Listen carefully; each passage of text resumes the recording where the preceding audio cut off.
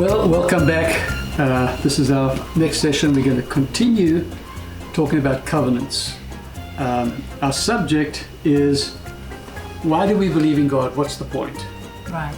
And so far we've established that the point is to have a relationship with God, for God to have a relationship with us, for us to have a relationship with each other, and that relationship consists of covenants. A covenant that God made with Abraham, Isaac, and Jacob. Now we do need to go on before we get out of the, or before we get away from covenants. We have to look at two other covenants. One is the Mosaic covenant, and the other is what is known as the New Covenant. Okay. So the question Gail was asking is, how do we become part of this covenant? Which we should have established in the last section, because I went through it quite intensely. I would You say. did, and we have to look at all the different aspects of my covenant. thing is, we need to understand it. A lot of the time we talk a lot of phrases and a lot of things, but we don't understand what we're talking about. Okay. So I want to make sure that our listeners understand what we are talking about. So as far as the Abrahamic covenant is concerned, Abraham believed God. We need to believe God, and the way we believe God is to get to know Him, and the way we get to know Him is through His Word. So we're going to jump now from Abraham to Mount Sinai and Moses. Right. Okay. We already touched on this earlier on, where God said to the children of Israel, "I want to make you a kingdom of priests. Go ahead. I want you to be kohanim, those who can draw near to me." What was happening was that the Israelites came to Moses. Now Moses had become their Cohen, their go-between God and the nation.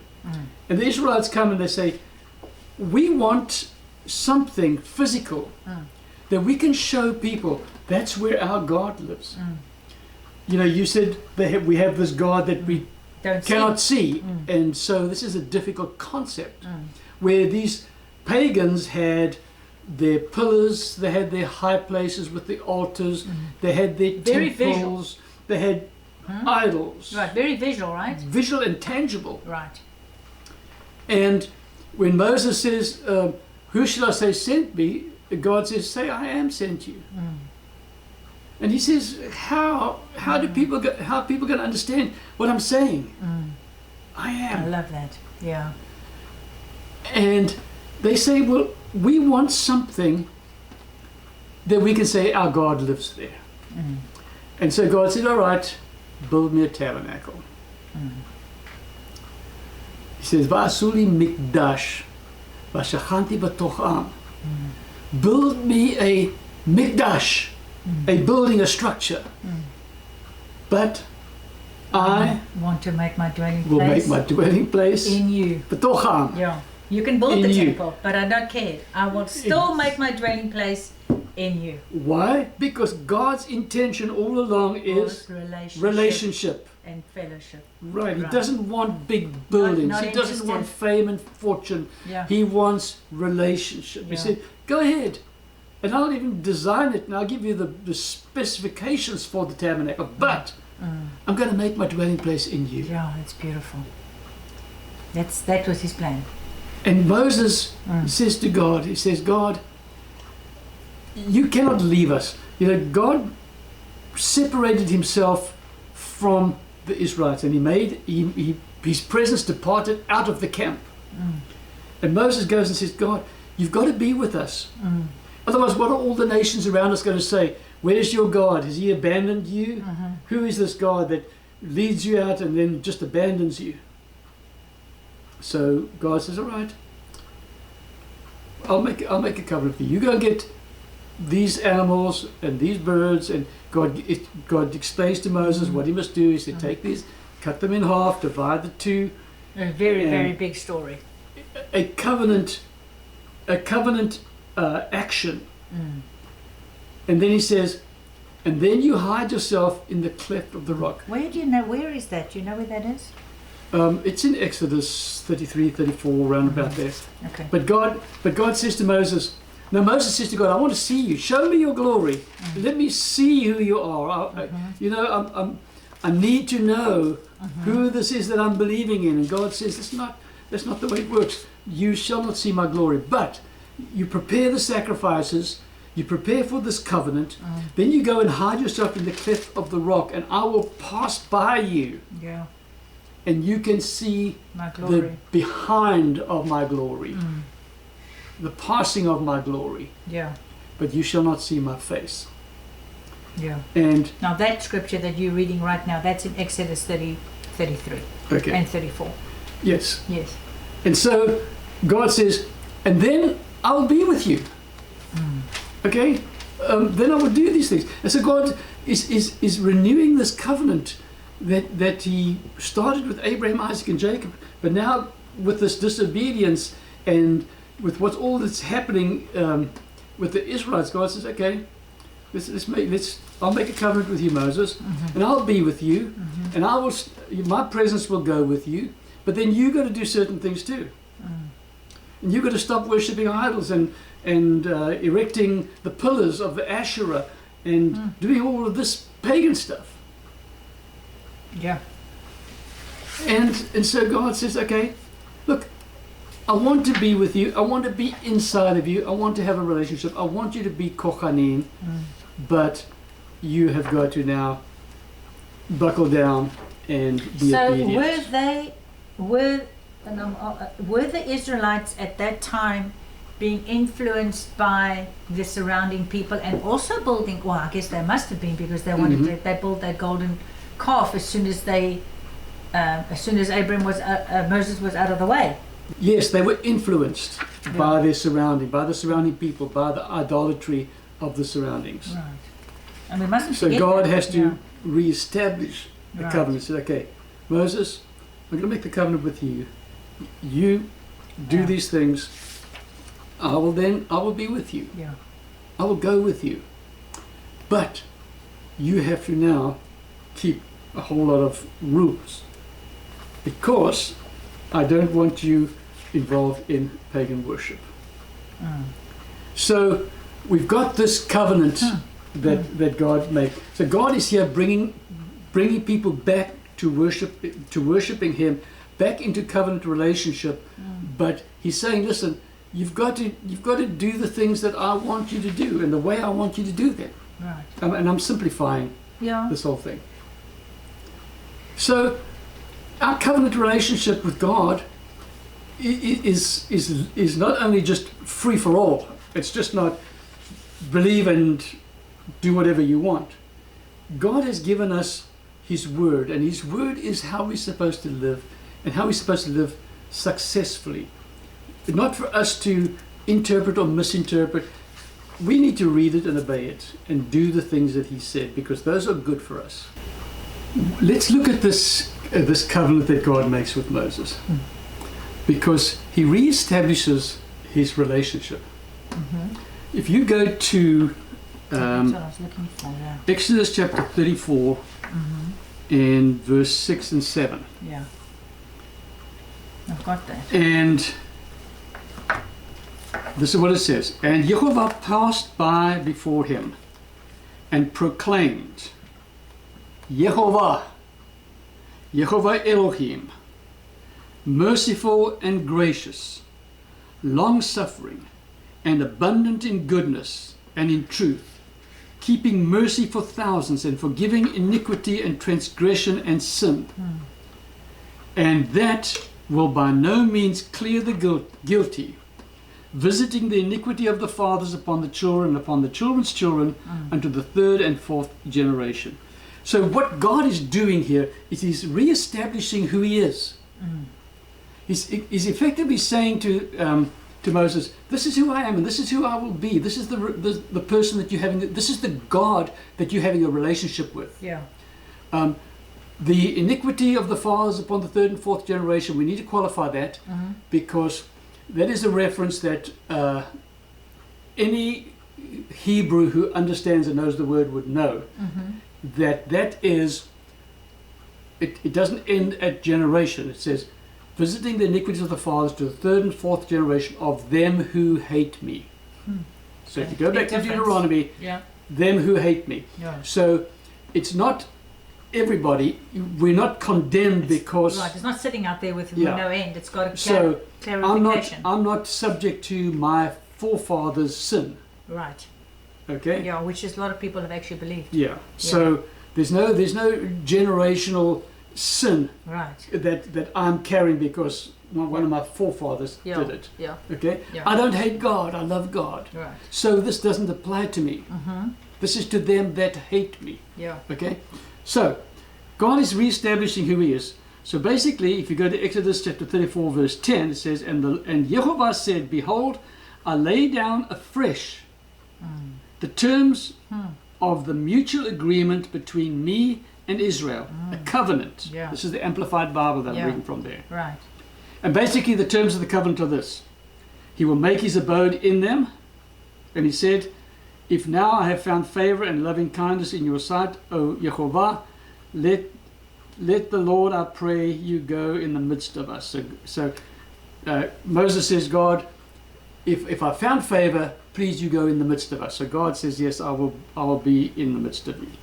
Okay, but you did the verse 10, if I can just read the whole verse here. It says, "And the Lord said, Behold, I laid down afresh the terms of my mutual agreement," which is the covenant between me and Israel, a covenant. "Before all your people I will do marvels, wonders, miracles, such as have not been wrought or created in all the earth or in any nation, and all the people among whom you are shall see the work of the Lord, for it is a terrible thing, fearful and full of awe, that I will do with you." Okay, so again, there's some words there. Yes, I can understand that, yes. The fearful and terrible, those words are not referring to frightening. He's referring to incredible, wonderful things that He's going to do. And God is just saying, yes, I will be with you and I will be everything that I am. Okay? I will do marvels, wonders, miracles. That's the second thing. First He said, I'll be with you. Then He says, I will do marvels that you've never seen before. Right. And then number 3, He says, and I will drive out the Amorite, the Canaanite, the Hittite, the Perizzite, the Hivite, and the Jebusite from before them. So God is going to be there for them. Right, so He's just re-establishing that whole relationship between them. But He says, but you've got to do things. And these are the things that the Israelites had to do. And if you read on in this chapter, you will get to these things. But this is what God says. First of all, He says, you will make no covenants with the people of the land. Then He says, you are to destroy their altars and their pillars. You are to cut down the Asherim. The Asherim were the high places. Were the towers that they built, the Asherah that they erected on these high places. Yeah. Wasn't it used to sacrifice? No, it was a place of sacrifice, but this was dedicated to these gods, Asherah. Okay. You were to have no gods but Yehovah. They were to keep the feast of unleavened bread, or Passover. They were to dedicate their firstborn. They were to observe Shabbat. They were to keep the feast of weeks, Shavuot. They were to keep the feast of ingathering, the Sukkot. Males were to make the pilgrimage to Jerusalem 3 times a year to appear before the Lord. Just as a matter of interest, this is all in chapter 34, what you're reading right now. Exodus, yes. 3 times a year to appear before the Lord. These pilgrimages would be called Shalosh Rechalim. They were not to offer blood of the sacrifice with leaven, neither were they to leave the sacrifice of the feast of Passover till morning. They were to bring the first fruits to the house of Yehovah. They were not allowed to boil a kid in its mother's milk, and they were to obey the 10 commandments that was given to Moses at Sinai. So, this is a covenant with terms. God says, I'll be the God that I am. I'll be merciful and gracious, and I'll do all these things. I'll be in the midst of you and do mighty wonders. But you've got to stop your disobedience. Is this the first time, do you think, that this God has said, I will do this, but you need to do that? the terms or not? Or don't we no, there's terms to all the covenants. Oh. But this time God is dealing specifically with their disobedience. So part of the relationship, we're talking about relationships. Yeah. Part of the relationship that we have with God is that we've got to stop our disobedience. Yeah. The Hebrew word is chata, which is the word for sin. And the word for sin, if you go to the Encyclopedia Judaica, is the word chata, and it means to disobey the terms of a covenant. And our covenant is with who? Our covenant is with God. And our covenant is in Torah. So the terms of the covenant, all of these things that God is talking to us about are there. Now I want to make a huge jump, because we have to deal with this. Because I know people are already saying in their minds, or they're really questioning, so what about the new covenant? Right. When I said the Abrahamic covenant says all you've got to do is believe in God, and you've got to learn who God is and keep his word. And now God says to Moses, I will be all these things to you, but stop your disobedience. So people are already saying, what about the new covenant? It cancels out all this stuff. Where do we get the name or the term new covenant? I don't know. We get it from Jeremiah. Okay. Right? Jeremiah chapter 31 and verse 31, where God says, so this is, he says, behold, the days are coming, says the Lord, when I will make a new covenant with the house of Israel and with the house of Judah. So this is where the term new covenant comes from. But I want to give you the Hebrew word, and I want to give you the Hebrew understanding for this word. The idea that this new covenant cancels out the old covenant. We've got to get over this idea. Even though you go to read, and Paul says the new one makes the old one obsolete, and so it's cancelled out. All of these concepts that are misunderstood lead us to reject everything that is before the book of Matthew. And we can't do that. That's a mistake. Because everything in this word is important. Right. So the new covenant does not cancel it out. So what is the new covenant? In the Hebrew, it says the words new covenant. Covenant is brit, and the word new as used here in Jeremiah is chadasha, brit chadasha, and that means a covenant which is renewed. So though it's new, it's not entirely original. Right. It is a renewed covenant. So it's the old made new, sort of. Right, so God is not changing his mind about how he deals with mankind. No. What he said in the beginning, and now suddenly we get to the end of the Old Testament, as we call it, and the beginning of the new, and now suddenly we've got a whole new way God deals with mankind. No, he's taking what is old, what is established, and he's renewing it. In other words, he's renewing the way that we are, or we have access to this covenant. He did that with Moses to a certain degree. He said, okay, you've sinned against me, you've made a golden calf, but now because you've come to me and you've begged me and you've asked me for my forgiveness, I'm going to do this. I will be to you everything that I'm going to be. I'll be merciful and I'll be gracious and I'll be in the midst of you. But you've got to do these things now. So God has changed the terms a little there, and now he does it again, because he's going back to the Abrahamic covenant, where he said, through his seed, or through your seed, shall all the nations of the world be blessed. And that seed, that reference there, is to Yeshua. Now, whether it's to a man, or a man who is God, or whether it's to that aspect of God that indwelt the man Jesus, or Yeshua, or whoever Yeshua is, this is God. Remember, it says, and the whole earth shall behold, and our Bible says the salvation of the Lord, but in Hebrew it says the whole earth shall behold Yeshuat Elohim. Elohim saving. And how is he saving? Through Yeshua. And Yeshua comes to us in the person of whom we call the historical Jesus. So we are introduced to another covenant. Right.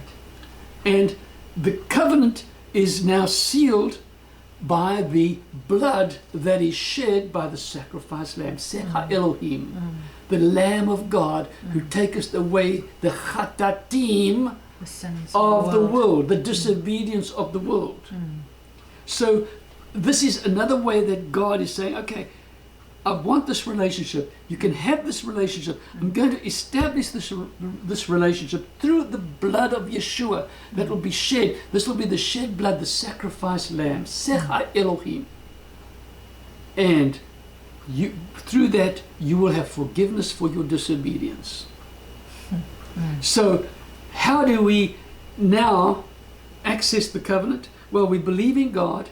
We obey the terms of His word, but when we fail and when we are subject to our weaknesses and disobedience, we now have an advocate with the Father, who is Jesus Christ, the Yeshua, righteous. the righteous. Yeah. Yeshua Tzaddik, who is the propitiation for our sins.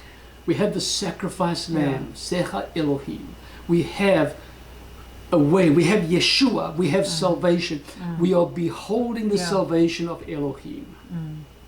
So go back and let's just re-establish what you were saying now as far as the Mosaic covenant and the new and the renewed covenant.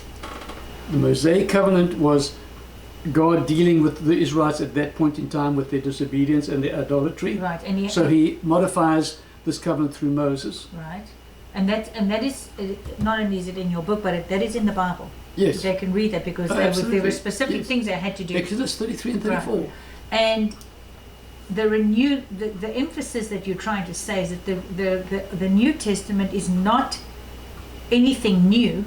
It's just renewed. And I love what the definition of renew is. Some of the definitions is restore, refresh, revive, recreate, even renovate.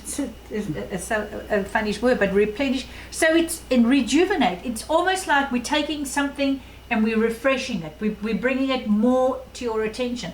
Although there are specific things in the New Testament, like crucifixion of Jesus, but to emphasize the New Testament and say that the Old Testament is not applicable today is such a wrong thinking. So we can go back to Constantine, where Constantine wanted control of his newly acquired empire, the Roman Empire, where he became the last emperor of the Tetrarchy, and he gets control over the whole of Rome. Yeah, the whole country. As he defeats his brother-in-law at the Battle of the Malvian Bridge, and he gets this whole nation under his control, and he has to have a way to control them. And by going into battle with the sign of the cross, he says he had a dream. He saw the sign of the cross in the clouds, and he went through into battle holding the sign of the cross, painting the cross on the shields of his soldiers, with the motto "In hoc signo vinces," by the sign we conquer. And he said, now that we've won, the whole nation will be unified under Christianity. And that's the way he gained control. He allowed everything else to carry on, but everybody had to be Christian. And so in order to control that, a lot of things happened. And one of the things that did happen was get rid of everything Jewish. And I'm being very simple here. I'm simplifying this to the nth degree, but this is basically what it is for us to understand this. You can go into all of this history if you wanted to. I studied the history of Rome and this whole era of the Tetrarchy, and it's so interesting what happened. But to know that things happened that have changed our belief system today, which we still hold on to, are important. And when we get to if we ever get there to discuss the inerrancy and the infallibility of the word, I want to talk about some of these things. But just remember, this whole concept is trying to get rid of Judaism. So by having a New Testament, it's a very easy way of saying, look, the old doesn't exist. And Paul says, oh, this makes the old obsolete. But what Paul was saying is that, the terms have changed. Right. He's not saying the covenant doesn't exist. He says the terms have changed. Right. And we can understand that. Yeah. So we've said a lot. Let's bring this to a close. And then we'll move on in the next session, which I believe is session number 5. Yes. Yeah. So thank you so much for watching and sharing with us. Don't forget, everything we talk about is in my book, Created in His Image, Kept by Covenant, available at getoutbooks.com. And not only is it in your book, it is in the biblical text, in the Old Testament. A lot of it's out of Exodus, which we've read about today. This is meant to encourage you to keep digging. Don't just accept. Ask questions, keep digging. Right. Subscribe to our channel. Share us on your social media. It helps our channel grow. And thank you for watching. Shalom. Shalom.